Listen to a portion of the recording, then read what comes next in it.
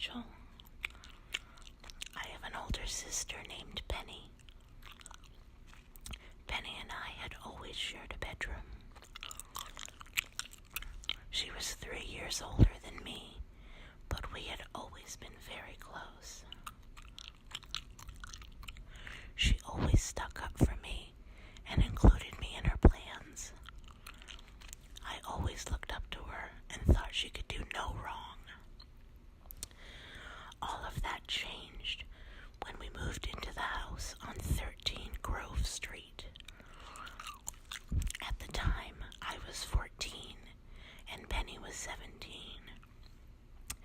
Our new bedroom was huge. It had a large walk-in closet and a huge window that you could sit in front of and see for miles. As we unpacked on the very first afternoon, Penny said the room made her feel uneasy. I thought she was absolutely off her rocker. It was amazing. We had enough room for a foosball table had we wanted one. It was awesome. At one point, I left Penny upstairs alone to hang some clothes in the closet while I grabbed a drink from the kitchen. When I came back, the closet door was closed and Penny was gone.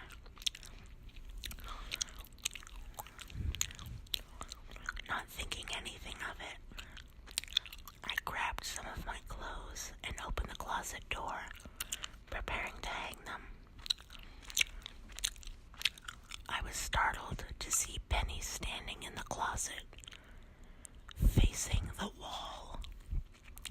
"What are you doing?" I asked her. She slowly turned and looked at me, confused.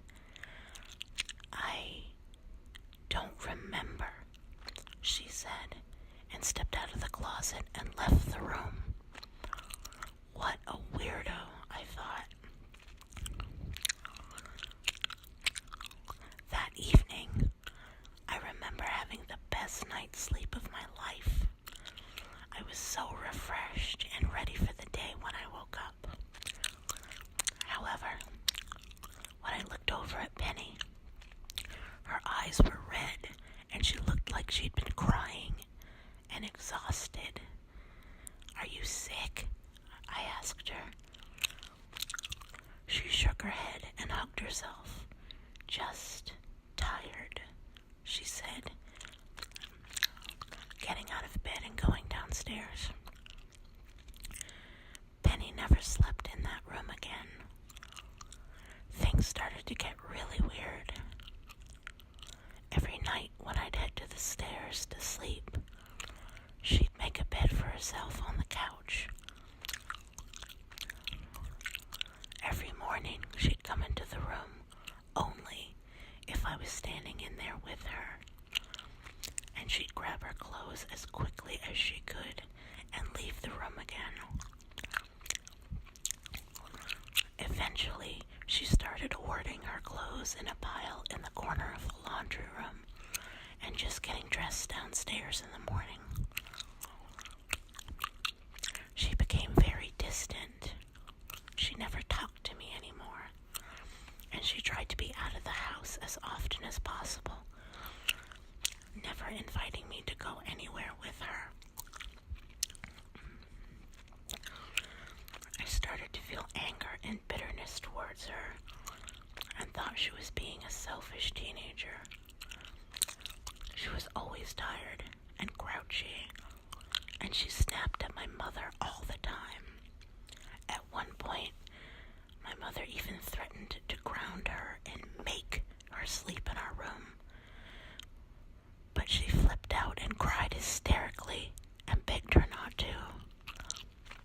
Finally, one evening, my mother, who was close to snapping from frustration about my sister's odd behavior, blurted out, "What is wrong with you? Why won't you sleep in your own bedroom? You're 17 years so terribly towards all of us.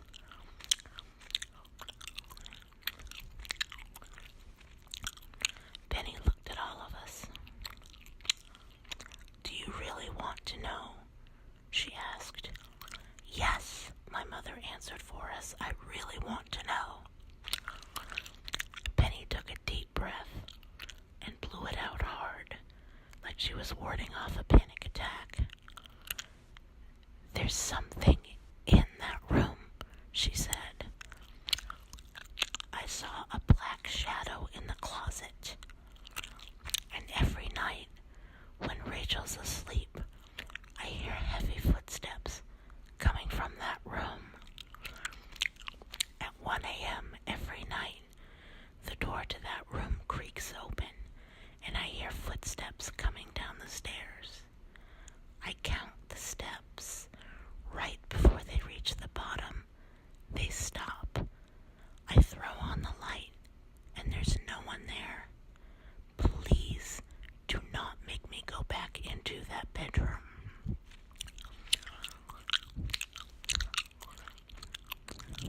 We all looked at Penny, not knowing what to say. Even though I knew she was clearly off her rocker, I still felt a little creeped out. I mean, I was sleeping in that room every night. However, I'd never seen a thing, and I'd never heard anything. I always slept really good. My dad cleared his throat and was the first to speak. "Okay, you don't have to sleep in your sister's room, but you need to know there's nothing weird in this house. It's just the noises that old houses make when they're settling. It's nothing to be afraid of.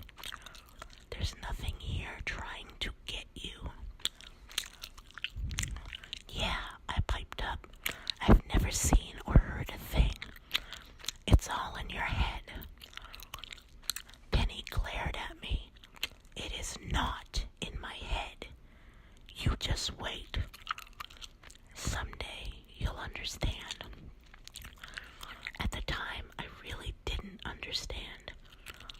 For months, I slept like a baby, and Rachel seemed to get worse.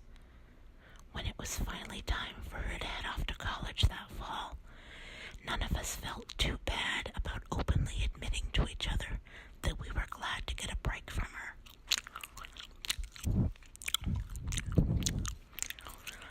She stepped out of the house, barely acknowledging any of us, and drove off to start a new life, basically. I laid in my bed that night and stewed for a while, thinking how awful my sister had become. At around 10 p.m., there was a scratching at my closet door. I ignored it, thinking it had to be nothing. Suddenly, the closet door slowly creaked open. I froze. However, nothing happened after that, and I fell back asleep. The next day, Penny called from college. Already. She was a complete, bubbly, obnoxious, happy chatterbox, telling us all about how amazing her dorm was and how nice her roommates were. And she made it a point to go on and on about how refreshed and well-rested she suddenly felt. As if something had been lifted from her soul. We were all happy to hear that she was in such a good mood finally. Later that evening, I was watching a movie with my parents on the couch. At one point, I must have drifted off to sleep, because when I opened my eyes, they had gone off to bed. I was feeling too comfortable to get up and go up those stairs, so I decided to just sleep where I was. I looked at the clock. It was exactly 1 a.m. began to close my eyes when I was suddenly startled by a noise from above. It sounded like someone was dancing on my bedroom floor. Then the humming